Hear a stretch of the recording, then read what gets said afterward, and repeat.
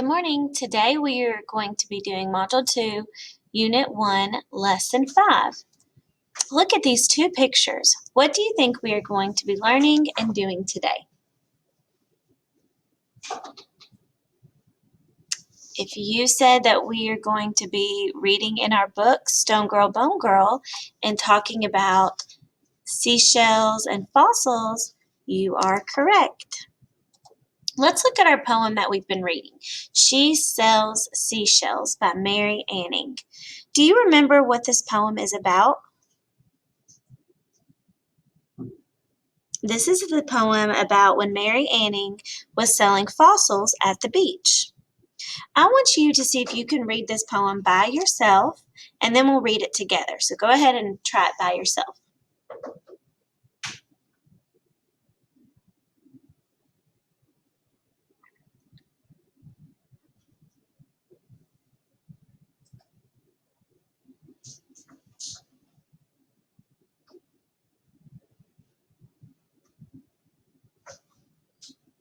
Okay, now let's read it together. She Sells Seashells by Mary Anning. She sells seashells by the seashore. The shells she sells are seashells, I'm sure.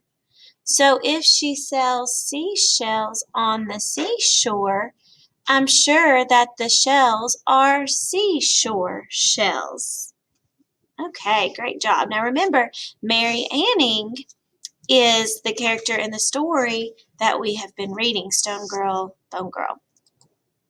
So our learning target today, I can use the details in the text to comprehend the story, Stone Girl, Bone Girl. That means we are going to be using the words and the details in our story to make sure we understand what we are reading. So let's go ahead and read pages 9 through 14 again.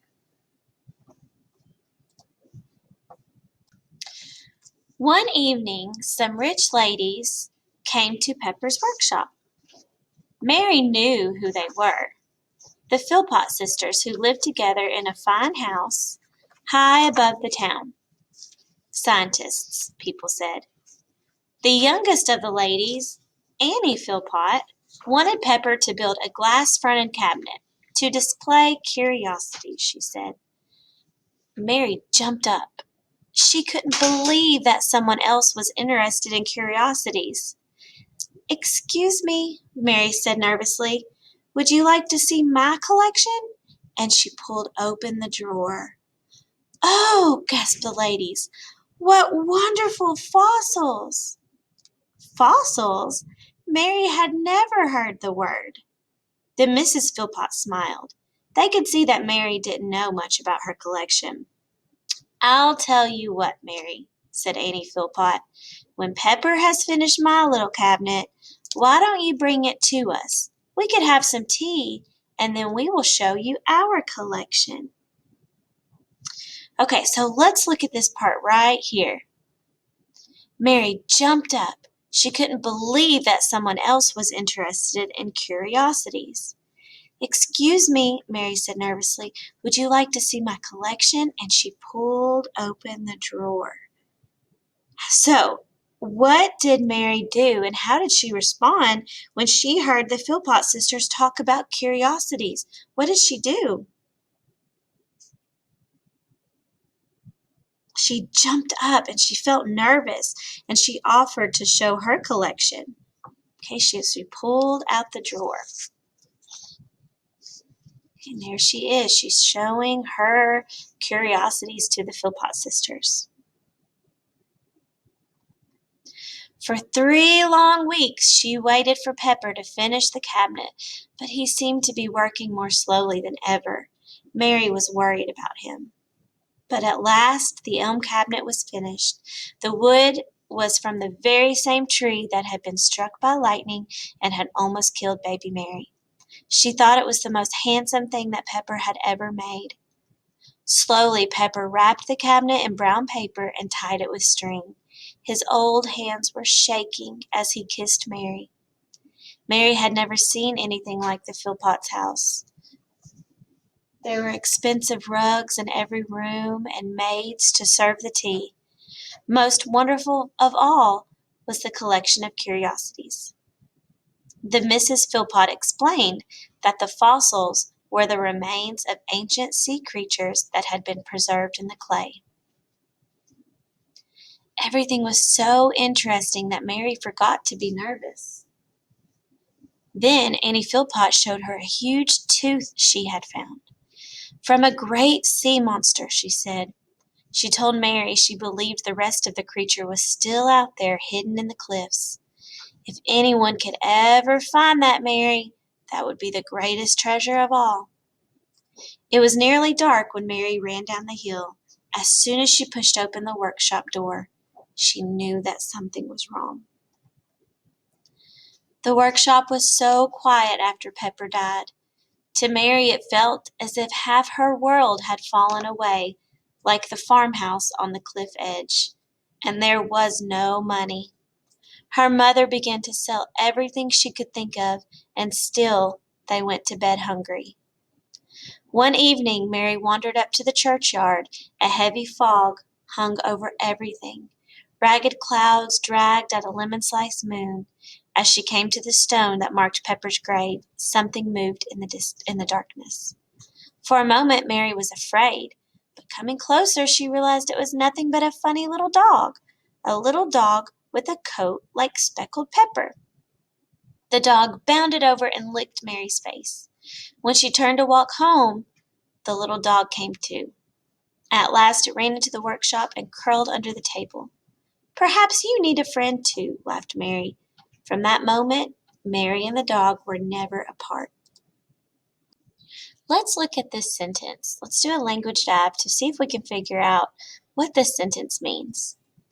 The Mrs. Philpott explained that the fossils were the remains of ancient sea creatures that had been preserved in the clay. So there are some words in here that you might not be familiar with. The word remains, ancient, sea creatures, and preserved. Okay, this word preserved means that something is kept the same and it's protected for a long time. Oftentimes it's protected and trapped in stone. Okay, so this story is about Mary Anning collecting fossils that are in stone. Remains means the parts that are left over that have been removed or maybe destroyed. So the Mrs. Philpott explained that the fossils were the remains, that means the parts left over, of ancient, which means old and not existing anymore, sea creatures. That means animals that lived in the sea that had been preserved in the clay. So let's look at this again, see if we can understand the meaning better. The Mrs. Philpott explained that the fossils were the remains of ancient sea creatures that had been preserved in the clay. So the fossils were the parts left over of old sea animals that had been protected in the clay. So now let's see if we can retell the middle of the story. Our learning target is I can retell, which means tell again, because this prefix re means again.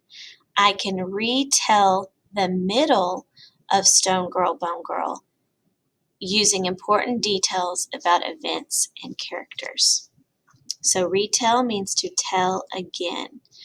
We've already retold the beginning of the story. That's where we meet our characters, we learn the setting, and we heard about what might happen.